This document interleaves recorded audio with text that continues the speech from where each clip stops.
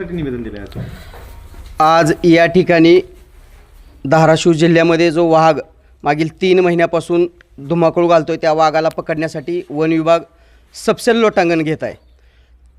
त्यासाठी आम्ही या वन विभागाला जाग आणण्यासाठी मागील 7 दिवसापूर्वी एक निवेदन दिलं होतं की 7 दिवसात वाघ पकडा व धाराशिव जिल्ह्यातील जनतेला व प्राण्यांना एक योग्य दिलासा द्या। त्याच्यासाठी अल्टिमेट पूर्व एक निवेदन दिलं होतं आणि त्या निवेदनात आम्ही स्पष्ट नमूद केलं होतं की 7 दिवसात जर वाघ नाही पकडला तर येणाऱ्या 7 दिवसानंतरच्या कार्यवाहीत आम्ही आंदोलन करत असताना यांना कागदी वाघ भेट देऊ। आज आम्ही यांना कागदी वाघ भेट देण्यासाठी आलो होतो। त्या दिवशीही या ठिकाणचे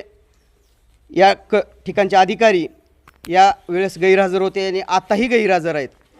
त्या दिवशीही शुक्रवार होता, आजही शुक्रवार आहे। नेमकं हे अधिकारी झुम्मे झुम्मा कुठं जातात हे आणखीन पण गुलदस्त्यातच आहे का? तर मागील काळात मी त्यावेळेस पण सांगितलं होतं की यांचं जर कॉल रेकॉर्ड त्यांच्या जायच्या याच्या रस्त्यावरचं टोलनाक्याचं CCTV फुटेज जर तपासलं तर आपल्याला स्पष्ट समजेल की हे महिन्यातून 1 किंवा 2 वेळेस येतात, सह्या करून जातात, असा हा यांचा प्रवास आहे। आपल्याला त्यांच्या प्रवासाविषयी त्यावेळेस पण सांगितलं होतं की खाजगीत जायचं नाही, त्यांच्या कामात पण खाजगीत जायचं नाही। परंतु या जिल्ह्यातली जनता जी भयभीत झालेली आहे त्या जिल्ह्यातले एक सजग जागरूक नागरिक म्हणून मी त्यांना निवेदनातून एक कुठंतरी जाग आणण्यासाठी निवेदनाचा प्रयत्न केला होता की जाग येईल आणि ते कार्यवाही करतील। परंतु 7 दिवसात त्यांच्याकडून कसलीही प्रकारची ठोस कार्यवाही झाली नाही। आणि मागील काळामध्ये या चालू महिन्यातच फेब्रुवारीच्या 4 तारखेला एक लोकमतमध्ये बातमी प्रसिद्ध झाली होती की बाबा या ठिकाणी राज्यात वाघाच्या तस्करी करणाऱ्यांच्या टोळी सक्रिय झालेल्या आहेत। मला तर दाट संशय असा यायला लागला आहे की या पूर्ण राज्याचं लक्ष पत्रकारांचं असेल, वन्यजीवप्रेमी लोकांचं असेल, या येडशी परिसरावर लावायचं आणि इतर ठिकाणच्या वाघाची तस्करी करायची का?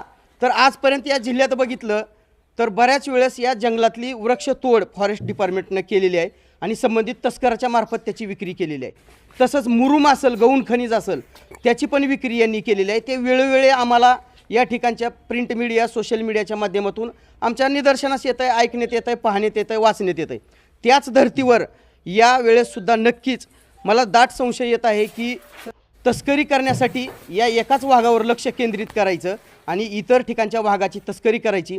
मी यासाठी यांच्या संबंधित अधिकाऱ्यांच्या, वन विभागाचे उपविभागीय अधिकारी असतील, DCF असतील, CCF असतील, यांची रीतसर CDR कॉल डिटेल्स जे असतील त्या तपासण्याची मागणी मी केंद्रीय गुप्तचर विभाग व राज्य गुप्तचर विभागाकडे रीतसर लेखी निवेदनाद्वारे सुद्धा करणार आहे। त्याच्यातून सुद्धा आणखीन यांचे काळे पांढरे धंदे नक्कीच उघड होतील। परंतु त्याच्यापूर्वी यांनी या वाघाला तात्काळ पकडावं, अन्यथा आम्ही पुन्हा आंदोलन नक्की करू। या 7 दिवसात जर वाघ नाही पकडला तर यांचं वरिष्ठ विभागीय वन अधिकारी प्रादेशिक कार्यालय धाराशिव यांना बेश्रमाच्या झाडाचा फाटा भेट देऊन निषेध करू। त्याउपरही तिथून पुढे 15 दिवसामध्ये म्हणजे 14 मार्चपर्यंत जर नाही वाघ पकडला तर वन मंत्र्यांना जिल्हाधिकारी मार्फत डायरेक्ट एक सुंदर पवित्र गाढव भेट त्यांना देऊ आणि ही गाढव भरती जी यांनी केलेली आहे त्यांना नक्कीच कुठंतरी भाग पाडू की यांचे प्रमोशन असतील, हे प्रमोशन थांबवण्यासाठी या ठिकाणी ते त्यांच्या सर्व्हिस बुकला नक्कीच नोंद करतील।